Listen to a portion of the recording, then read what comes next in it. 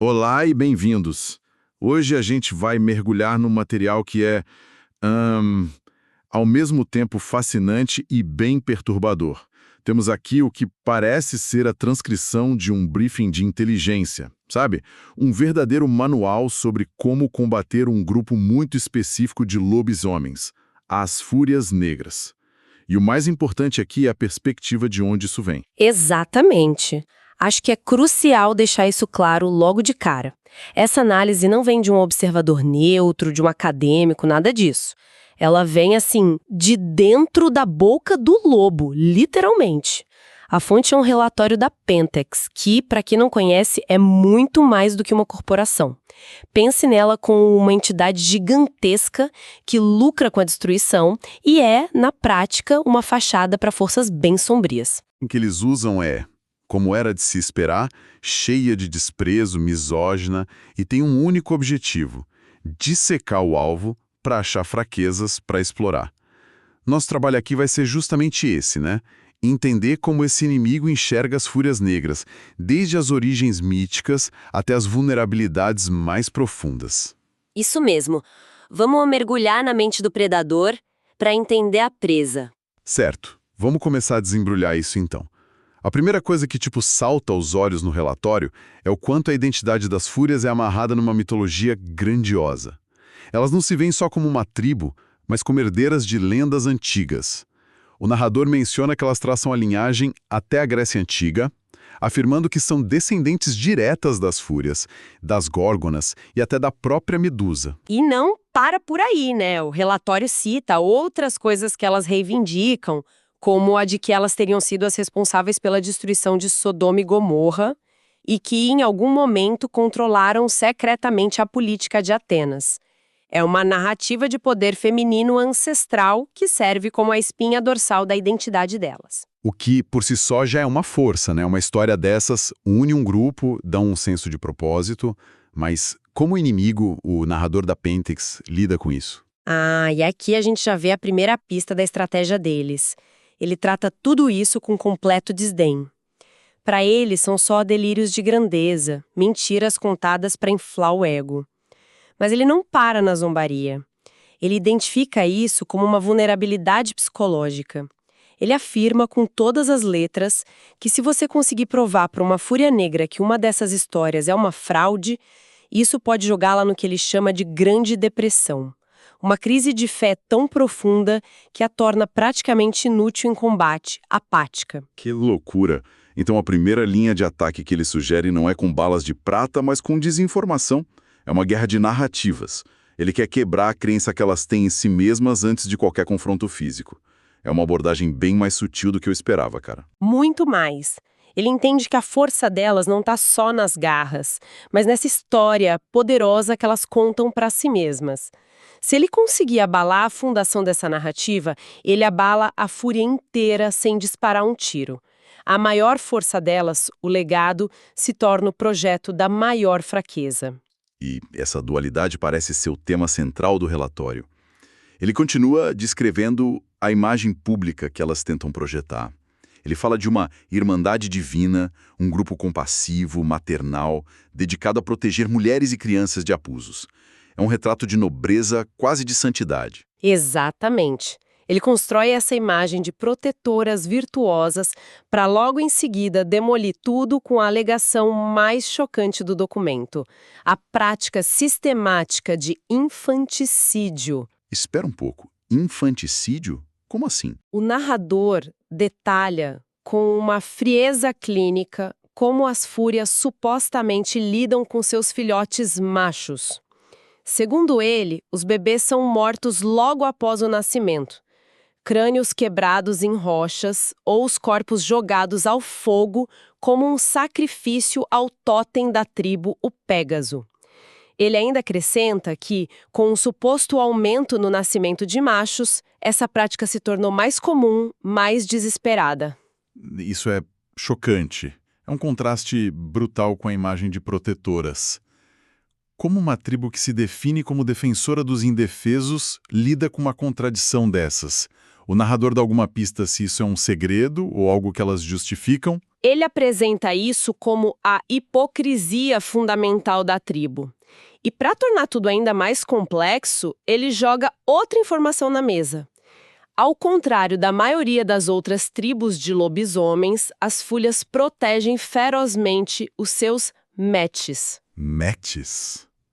O que é isso? No universo dos lobisomens, a união de dois deles é um tabu terrível. Os filhos que nascem dessas uniões são os matches. Eles nascem já na forma híbrida de lobisomem, são estéreis e carregam deformidades. São vistos como aberrações párias na sociedade lupina. E, no entanto, as fúrias, que segundo o narrador matam seus filhos machos saudáveis, acolhem e defendem os metis que nascem na tribo delas. Que coisa! Então, na visão do inimigo, a lógica delas é completamente distorcida.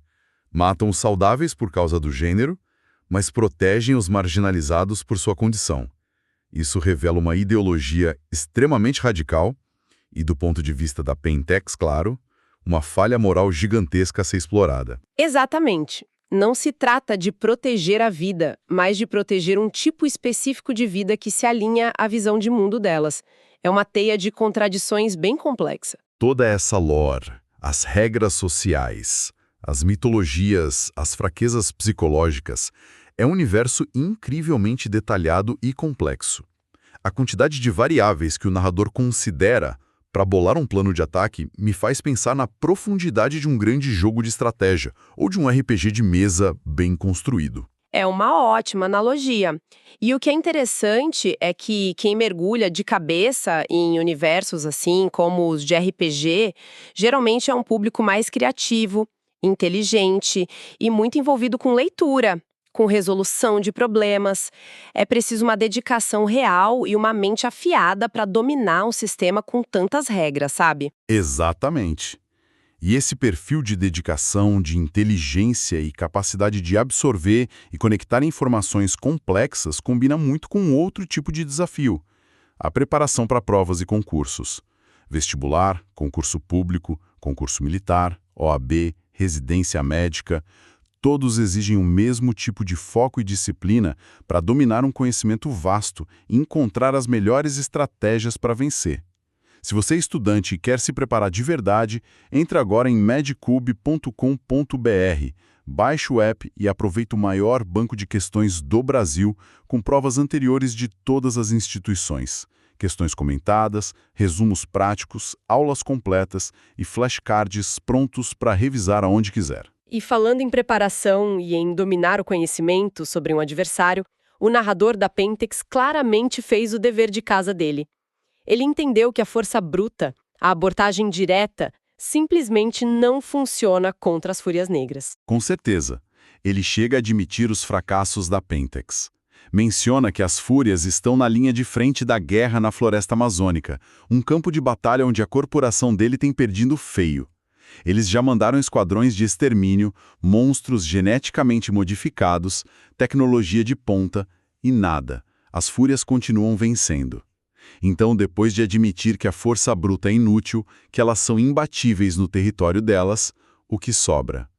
O que ele finalmente aponta como o calcanhar de Aquiles delas. É algo que a maioria dos generais não pensaria em atacar. Ele não mira nos músculos, nas garras ou na fúria delas em batalha.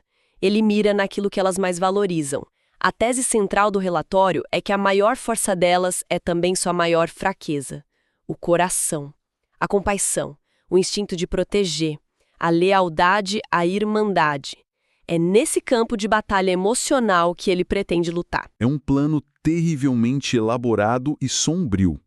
E se este tipo de análise detalhada de narrativas e estratégias é algo que desperta interesse, considere curtir este material e se inscrever para não perder nossas futuras explorações. A partir dessa tese, ele propõe duas estratégias principais, ambas com o objetivo não de quebrar o corpo da fúria, mas de estilhaçar o espírito dela.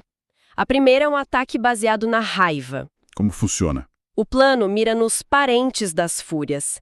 Parentes, no caso, são os familiares humanos delas, que carregam o sangue lupino, mas não são lobisomens. São um ponto cego, pois as fúrias não podem protegê-los o tempo todo. A ideia é que uma equipe de assalto da Pentex massacre uma família de parentes de forma brutal, usando lâminas e garras falsas para simular um ataque de lobisomem. Nossa, mas isso não apontaria para as próprias fúrias? Não, porque o plano tem uma segunda camada. Após o massacre, eles plantariam evidências falsas na cena do crime, pelos de um lobisomem macho de outra tribo. De preferência, como ele especifica, uma tribo conhecida pela arrogância e agressividade, como os Presas de Prata ou os Senhores das Sombras. Entendi. O objetivo é fazer as fúrias acreditarem que foram traídas por outros lobisomens. É incitar uma guerra civil. Exatamente. A meta é que as fúrias, cegas pela dor e pela raiva, retaliem contra a tribo errada, explodindo o barril de pólvora que é a política entre as tribos. O próprio narrador admite que é um plano arriscado. A chance de sucesso delas caírem na armação é de apenas 1 em 10. 1 em 10. Parece muito baixo. Por que arriscar? Porque, para Pentex, o retorno potencial é imenso. Mesmo que 9 em cada 10 vezes o plano falhe e elas percebam a armadilha, o caos já foi semeado. A desconfiança entre as tribos aumenta, alianças são abaladas, a paranoia se torna uma arma. Para eles, até um fracasso parcial já é uma vitória na guerra de longo prazo. É um jogo sujo e paciente. Mas ele mencionou 2 estratégias. Qual a segunda? A segunda é ainda mais cruel, porque ela não se baseia na raiva, mas na compaixão. É o plano mais diabólico do dossiê. Ele descreve a infiltração em um abrigo para mulheres vítimas de violência doméstica, um lugar que seria um imã natural para o instinto protetor de uma fúria negra. E como eles fariam essa infiltração? Através de uma de suas inúmeras empresas de fachada. Eles se passariam por uma organização filantrópica, doando produtos de higiene pessoal para o abrigo. Perfumes, maquiagem, absorventes.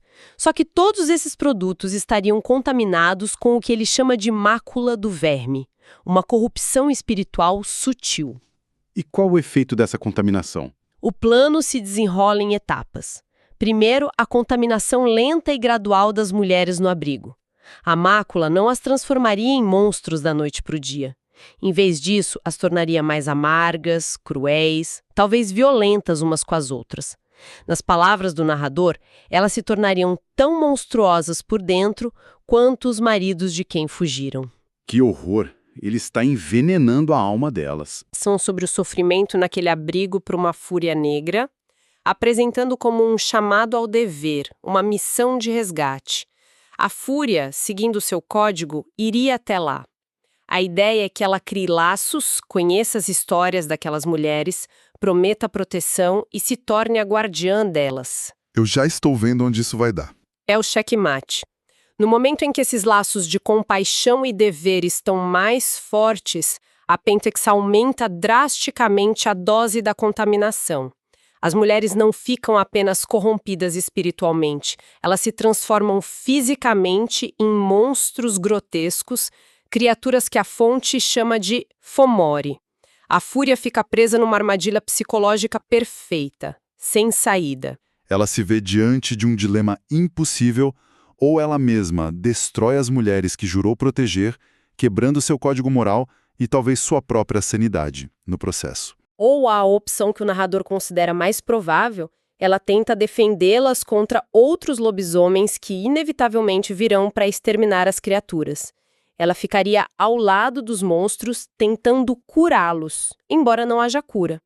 E nesse cenário, o fim é certo. Ou ela é morta pelos outros lobisomens como uma traidora, ou, cercada por tanta corrupção, ela mesma sucumbe e é transformada numa aliada deles. Uma dançarina da espiral negra, que é como eles chamam os lobisomens que servem ao verme. A aniquilação total da identidade dela. Então, no fim das contas, o que tudo isso nos diz? A grande lição deste manual do inimigo é que, para Pentex, as fúrias negras não são apenas adversárias a serem vencidas na força. Elas são um sistema de crenças, uma cultura.